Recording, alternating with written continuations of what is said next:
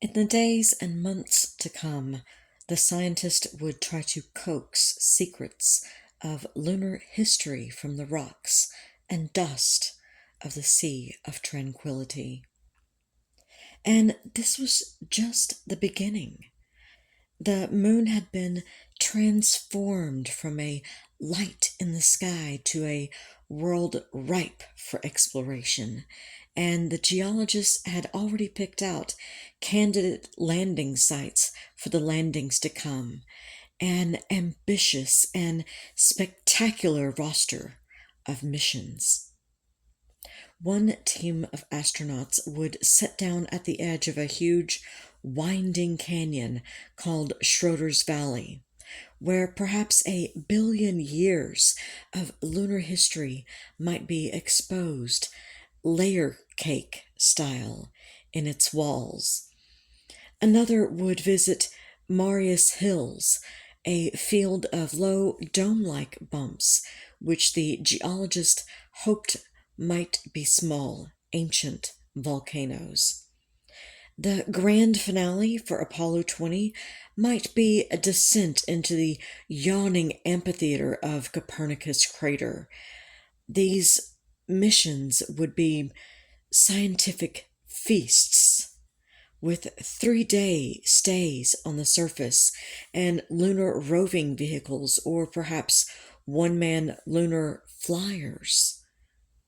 Their goal, as ambitious as any in science, was to answer the most basic questions about Earth's nearest neighbor. How did the moon evolve?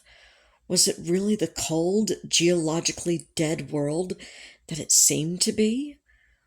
Where did the moon come from?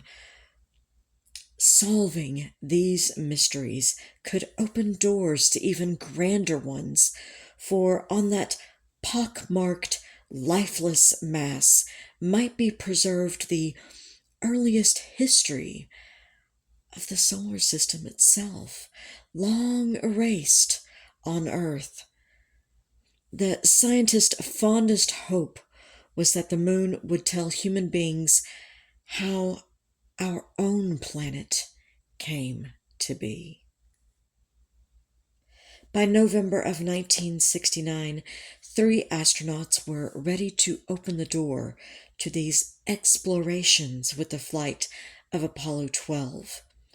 For one of them, the moon represented the end of a long, private journey of waiting and perseverance. It is Friday, November 14th, 1969, at 11:07 a.m. Eastern Time, Pad 39-A, Kennedy Space Center, Florida. With 15 minutes to go, reality grabbed hold of Alan Bean.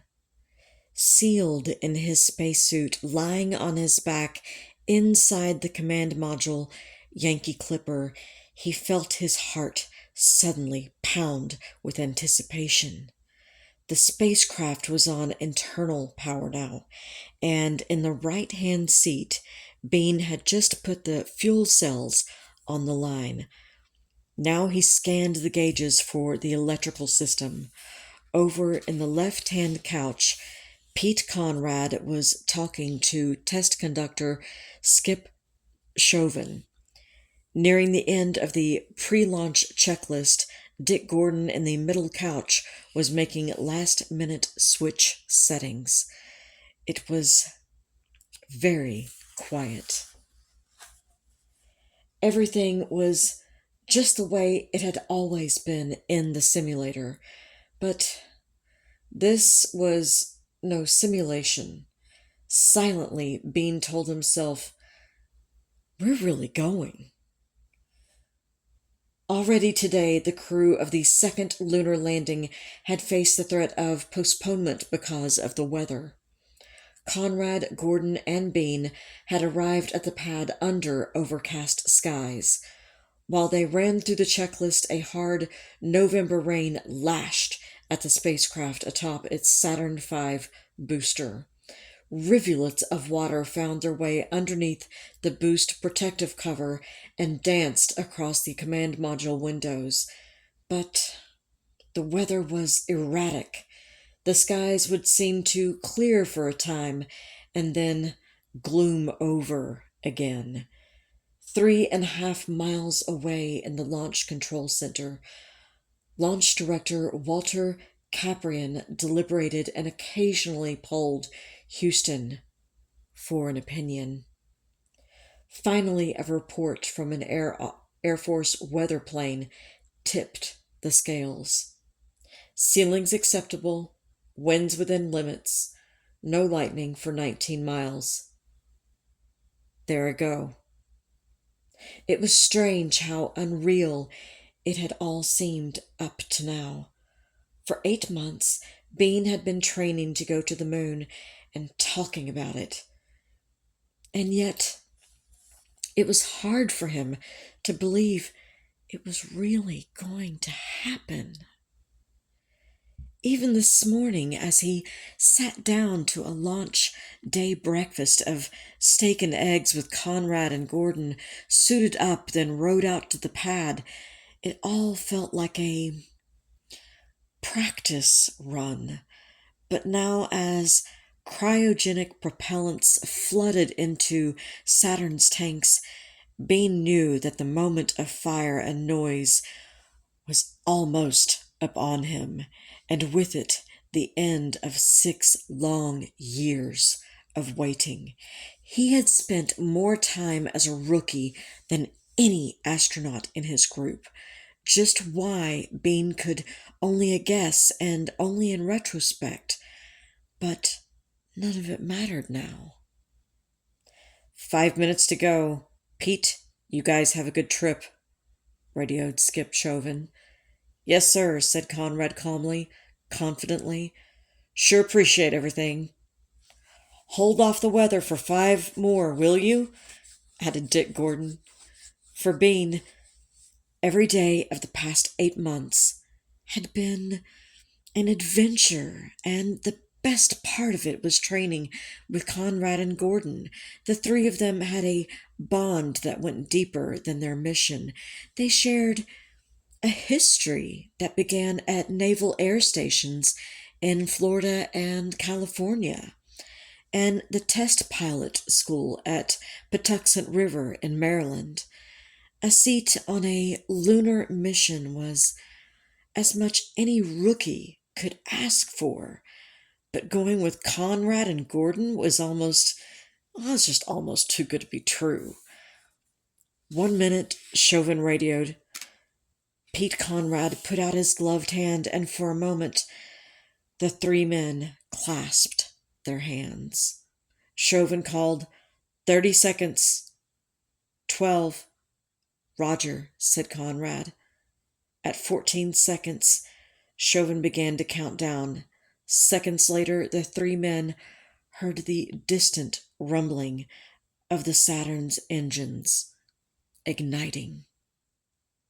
As Chauvin kept counting down, the spacecraft was engulfed by vibration. There was some noise, but not too much. They could still hear Chauvin's voice counting down to 0. Even as the vibrations increased, somewhere in the midst of that commotion, Apollo 12 left the Earth. Lift off, called Conrad. The clock is running. By now, the whole spacecraft was shaking, but not as bad, Conrad thought, as he had expected. He scanned the instruments as Dick Gordon called out the time. 3 seconds. 6 seconds. It seemed to take forever for the Saturn to rise past the launch tower, and when it did, Conrad radioed cheerfully to Houston, That's a lovely liftoff. In the center seat, Dick Gordon glanced through a tiny window in the boost protective cover. Everything's looking great, he told Conrad. Sky's getting lighter. Conrad kept a hawk eye on the 8 ball. The artificial horizon indicator that showed the spacecraft's orientation. It registered the Saturn's slow roll as the beast steered onto the proper heading. Everything was right on schedule. It was like a perfect simulation. "Roll's complete," he announced. Suddenly, out of the corner of his eye, Conrad was aware of a bright flash of light outside. At the same instant, a long burst of static filled his ears. He felt the spacecraft tremble. He spoke rapidly over the intercom, his voice flat. "What the hell was that?"